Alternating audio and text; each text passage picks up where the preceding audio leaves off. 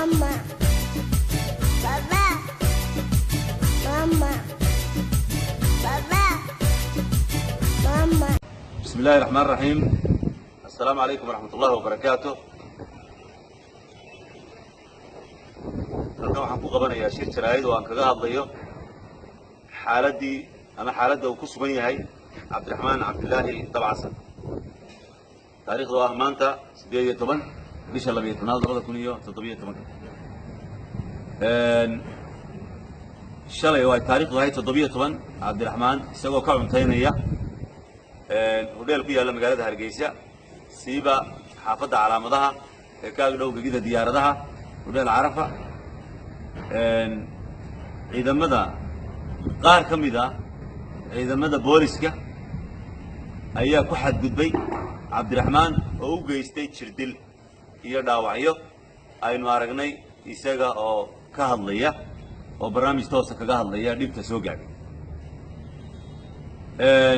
sidaa lagama hadhin Cabdiraxmaan ilaa xalay waa la raadinayay, waa la baadi goobayay, lama helin.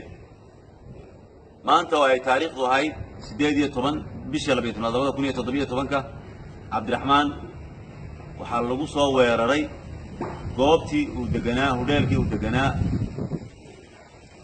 ee ku yaallay magaalada Hargeysa. albaabkaa lagu soo jebiyey sida ka muuqata barnaamijka tooskaa u galay. goobjoogayaal halkaa joogay waxay noo warrameen Cabdiraxmaan in dil xun loo geystay, aad loo garaacay, askari kasta oo soo gaadha inuu nabaraynayay. waxaa halkaa ku sugnaa ciidamo badan, saraakiil sarsare sida naloo sheegay oo booliska ka mid ah oo goobjoogayaal ahaa, oo ay ahayd in ay Cabdiraxmaan faraan ciidankooda inay si nabada ku qaadaan. way awoodi karayeen, waa loo yeedhi karaa qofka, wax waa la weydiin karaa, lama diidayo. laakiin Cabdiraxmaan waxaanu xaqiijinaynaa in 2 jeer la dilay. hodheelkii uu ka cuntaynaya lagu dilay iyo hodheelkii uu hurday, labadaa hodheel lagu dilay oo la garaacay. waxaanu mas-uuliyadda iyo wax kasta oo soo gaadha dusha ka saaraynaa ciidamada ammaanka, siiba booliska ayaanu dusha ka saaraynaa. Cabdiraxmaan waxa weeye waxa uu yimi dabcan taariikhdu markay ahayd 13 bisha 12 2017 isagoo ka soo kictimay Maraykan. wuxuu u yimi ubadkiisa siduu u soo booqdo, gaar ahaan inankiisa iyo inantiisa Yaxya iyo Maryam. si nabadana waxa weeye uu ku joogay dalka. waananu ka xunnahay runtii, yani falka foosha xun loo geystay, xadgudubka loo geystay runtii waxay ka mid tahay, qayb ka mid tahay xadgudubyada muwaadiniinta loo geysto.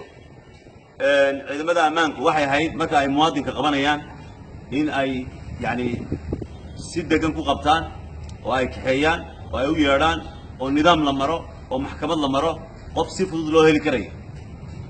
laakiin jirdil iyo dhirbaaxo waxay noqotay caado. waxaa ku maqan ciidanka bilayska garaacis ka daayo dad badan oo muwaadiniin oo reer Soomaaliland oo ay laayeen ayaa ku maqan. marka waxay u noqotay muwaadinku dhiiggiisa iyo dhirbaaxadiisu iyo garaaciisu wax fudud bay u noqotay.